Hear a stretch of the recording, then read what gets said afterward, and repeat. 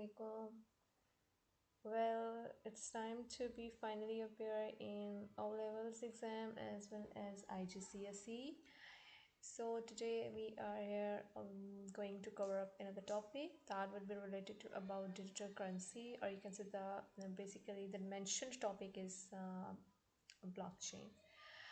Before moving to the actual past papers or regarding blockchain, I would like to tell you that what is blockchain, what is digital currency. Basically, digital currency is a money that exists only in electronic form, and you cannot hold it like a paper, cash, or coins as well. So you can use it in your phones, computers, cards, or online systems to buy things, and you can use that electronic money to send money, or you can say the goods, or you can say the same values as well. So basically there are different type of digital currencies, and the first one is bank digital money, cryptocurrency, and the third one is centralized digital bank currency as well.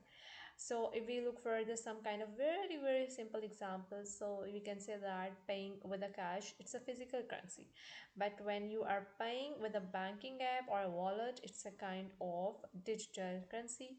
And when we look up some kind of advantages over there for the digital I mean to say for the digital currency, so the advantages is this, they're basically fast transfer, easy online payments, less needs to be carry cash, and you can work across the countries as well. But when we look on some kind of disadvantages over there, so the thing is, there will be a cybersecurity threat. Remember that in the next lesson we will cover up cybersecurity, internet dependency, and the price volatility in cryptocurrencies as well. And the fourth and most important, that's basically fraud or scams as well. So we discussed about the types of digital currencies, in which number one, as I told you, bank digital money, cryptocurrency, and centralized bank digital currency as well. So in bank digital money, the basically the money in your bank account is already digital. And in cryptocurrency, I mean your cryptocurrency means it will be include Bitcoin and Ethereum.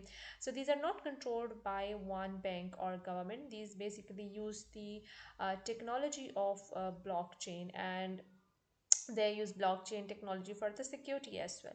So these are the things. And in centralized bank digital security, this is a digital money that will be created by some kind of country's centralized bank, and some countries are testing or using a central bank digital currency as digital variants of their national currency as well. So moving to the past paper questions, here you can see that digital currency can be used to buy products from the World Wide Web. So state what is meant by digital currency as well. So exactly the question is about what is digital currency. So as per Cambridge, it means that you have to give the answer a money, or you can say a currency that exists only in the electronic form, that's called basically digital currency. All right, later I will show you the marking scheme as well. Firstly, I have to explain the topic.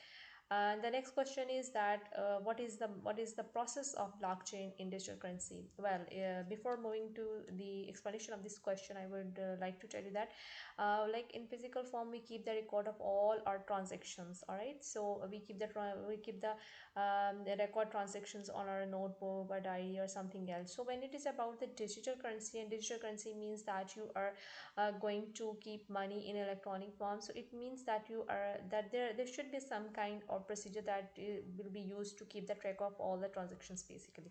So process of blockchain in digital currency means that it acts as a ledger, that will be by tracking each transaction, and it keeps track a series of stamped records that cannot be altered.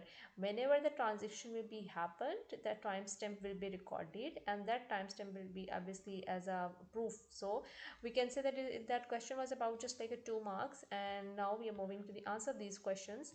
That the first question was that what is meant by digital currency. The answer is a digital currency that exists only in electronic form.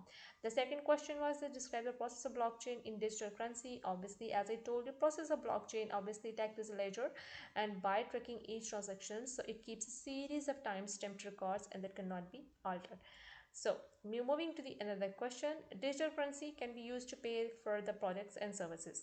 All right. So digital currencies are often tracked using digital ledgers. So you have to give two other features of digital currency as well. Um, as in the way we discussed as well, that digital currency is used to keep the record of all the transactions, digital transactions as well, and used for the online paying money and all that. But right now, as per IGCSE, GCSE, we have to give the answers that will be related to your syllabus as well. You have to write down the features of digital currency. So the features of digital currency is that it exists only in electronic form. There is a first point as well. It can, as we discussed in our at least I mean when I started the lesson, I told you in some of the countries it is centralized, and in some of the countries it is not centralized. So the rest of all two features are this, that it can be centralized system and can be decentralized systems, and usually it is encrypted. As I told you that blockchain is a process of keeping the records like secure from the cyber threats as well. So we can say that the features of digital currency, I mean, the first one is only exist in electronic form. Second one is can be centralized. The third one is can be decentralized, and the fourth one usually encrypted is as well.